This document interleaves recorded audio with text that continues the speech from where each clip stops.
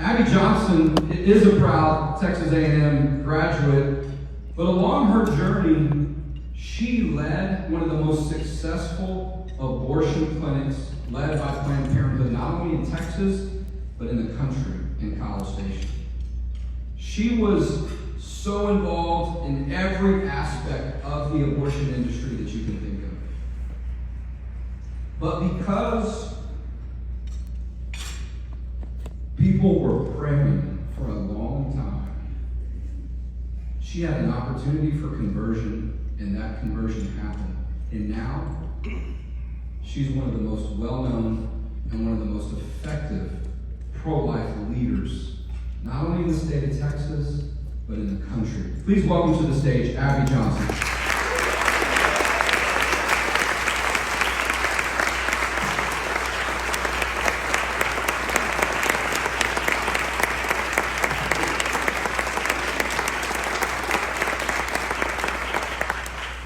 Thank you. I am Maggie, so howdy.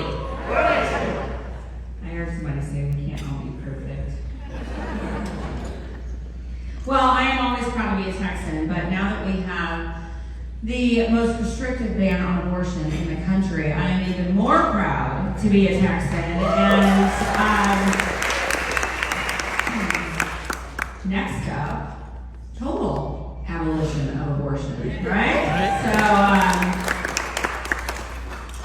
I have to say, I did work for Planned Parenthood for 8 years of my life, and I actually worked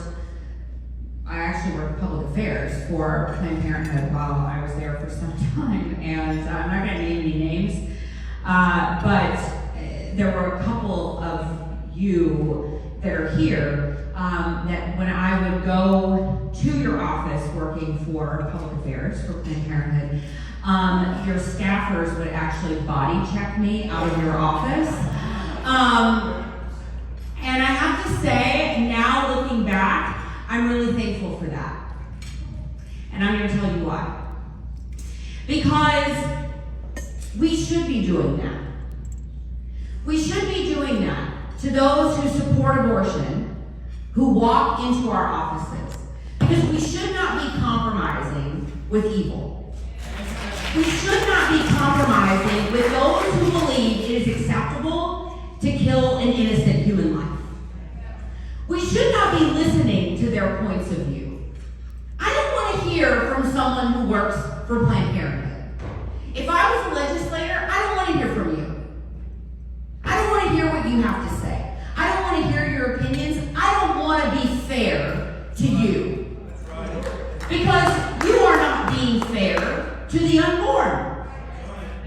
You are not being fair, so I don't want to be fair to you. And nothing that you say to me is going to change my opinion about abortion. So I don't even want to hear it. And so I am thankful now, as a person who is pro-life, and 100% pro-life without exception, I am thankful to those senators and representatives and the staff that represented them. I am thankful to those who absolutely slammed the door, and I am not kidding, that slammed the door in my face and said, "We have nothing to say to you. Get out of my office." That's the type of bold leadership that we need today. And I believe that we do have it in the Texas Capitol. You know, we live in such a time today of such incredible intellectual dishonesty. I'm sure that most of you heard what was, the hearing on December 1st. And I was certainly listening, and I was listening to. I was actually really. We try to be cautiously optimistic about what's going to take place. But I was listening, and I was listening to the different justices and the arguments that they were making. And of course, we have some activist Supreme Court justices, even in the Supreme Court. And you have to think that these justices are some of the, I have to give them the benefit of the doubt here. I have to think that these justices that are sitting on this bench are some of the most learned individuals in our nation, right? You can't be a dummy and become a justice of the Supreme Court, right? I mean, I think we all probably agree with that. You can't like fake your way up into the Supreme Court, okay? You have to be pretty well educated, pretty learned. But then I hear Justice Sotomayor actually sit up there, and when Biden's solicitor is giving her spiel, and I hear Justice Sotomayor, I hear these words come out of her mouth. She says, well, you know, in the past almost 50 years, there have been virtually no advancements made in the field of maternal and fetal medicine. No advancements in 50 years. Now, 50 years ago, it was pretty much unheard of to save a baby that was born at 28 or 30 weeks gestation. I mean, we just did not have the NICU capacity that we do today. We weren't able to do it. If a baby was born at 28 weeks gestation 50 years ago, it was pretty much a death sentence for that baby. But today, we are actually saving babies that are born at 21 weeks gestation. Modern medicine is miraculous today. The youngest baby that has been born to date and has survived weighed less than a can of Coke. That's how far we have advanced in modern medicine, but according to one of the highest justices in our nation, no medical advancement. We are performing surgeries on babies in the womb. That was not happening 50 years ago. We are correcting things in the womb like spina bifida. But no medical advancement in the past 50 years. These people are just lying. The words that come out of their mouths are just lies. And here's the thing, they know it's a lie. They know it's a lie. They know they're being dishonest. They know they're being intellectually dishonest. They're not dumb. They're not dumb. They're not stupid. We are at the point in our society where people are actively lying. Some of the smartest people in our nation are actively lying, and they're doing it in order to kill our most innocent children. Friends, that is not just wrong. It is not just the wrong thing to do. That is evil. It is demonic. That is how you know that we are fighting a spiritual battle. Abortion is not just wrong, friends, and you know that. Abortion is not just wrong. It is demonic.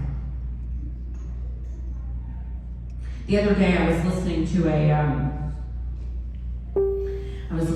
a pastor, and I'm not going to say who it was, but it was a pastor that I know well, and a leader, I guess, and this person said, and I know he meant well, I know what he was trying to say, but he said, I am praying that God blesses Joe Biden.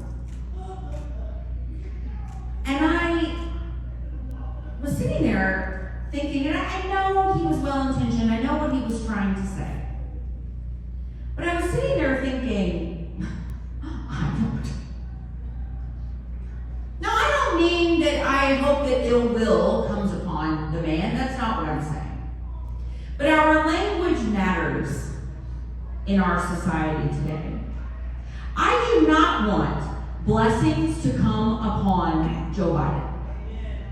And this is why. Because when you say you hope that someone is blessed, that actually means that you hope favor comes upon them. And this is what favor means. Favor means that you hope their plans go interrupted. I do not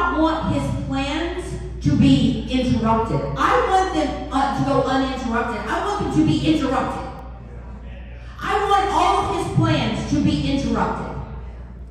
This is a man who believes that babies should be killed up until the moment of birth. I want that to be interrupted. This is a man who believes we are living under a government where the majority of our government officials at the United States level believe that marriage does not belong between a man and a woman. I want that to be interrupted. We live under a government right now that does not believe in religious freedom. I want that to be interrupted.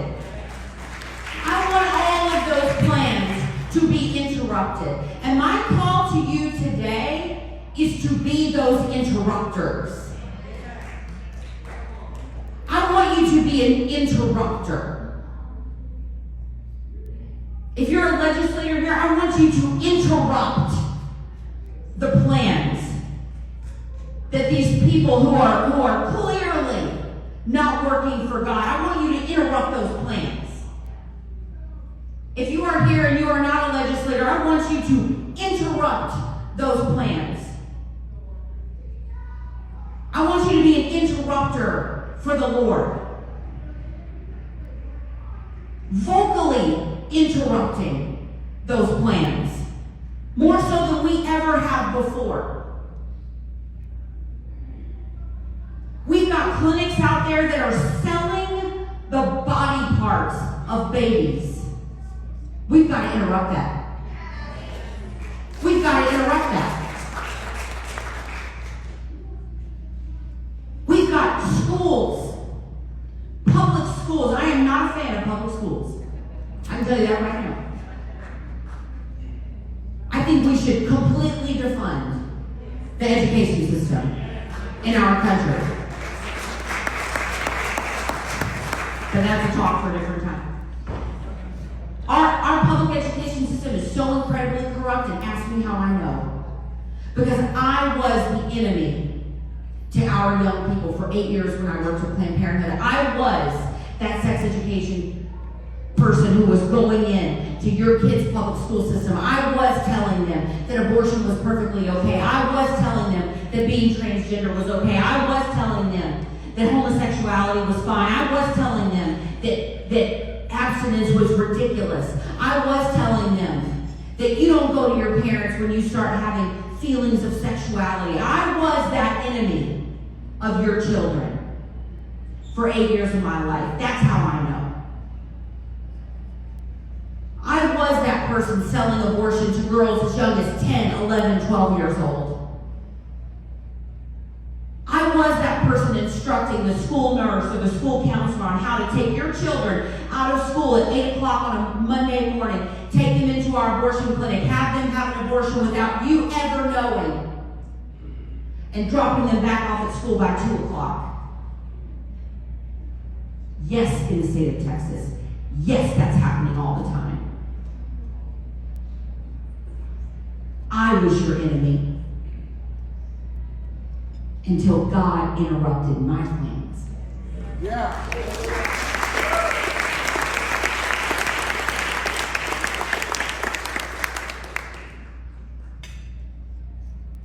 So I want you to be the interrupters. You know, Planned Parenthood's, their ideal client is a woman who has had 3 abortions by the time she's 25 years old. One before the age of 16, her second before the age of 21, her third before the age of 25. Do you know that?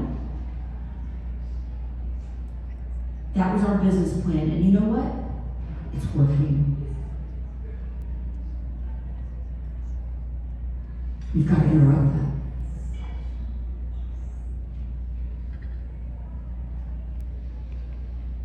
Planned Parenthood right now has young children in their clinics all around this nation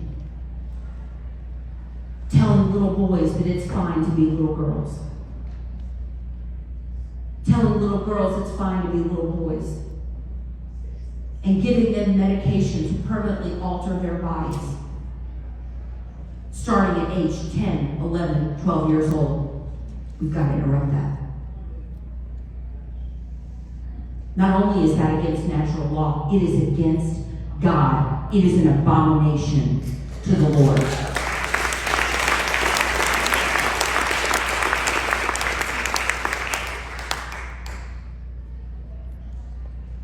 All of these things, we've got to be loud. We've got to be vocal. And as Governor Rick Perry said, I know he's secretary, whatever, he's always going to be Governor Rick Perry to me. And as he said, there will be people that attack us. There will be people that are against us. That's all right. Because we don't do this work. You don't do this work for the approval of man. We don't do this work for the approval of your constituency. We do this work for the approval of one person, and that's Jesus Christ. We do this for an audience of one.